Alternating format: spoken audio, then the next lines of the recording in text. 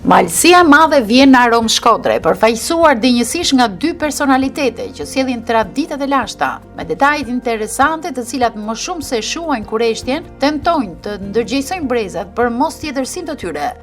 Vallja e logut, lirizëm, autoritet, por dhe një fabulë e bukur që zhvillohet përmes gjuhës së trupit.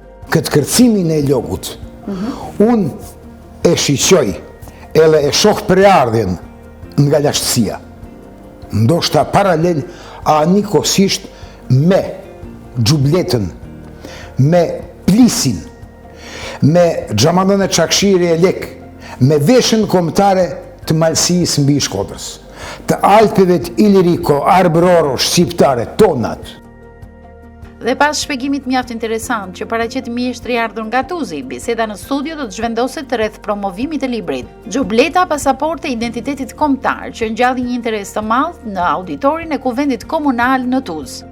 Xhubleta, duke qenë se është një pet që përfaqëson vetë malësorët dhe aq më tepër malësorët nën malin e zi, ose malësin e veriut, sepse duke qenë se malësia e madhe e pret kufini gati sofrën e malësisë e ndan për gjys, menoj që ata malësorë ka një pasuri edhe më të madhe se sa ne.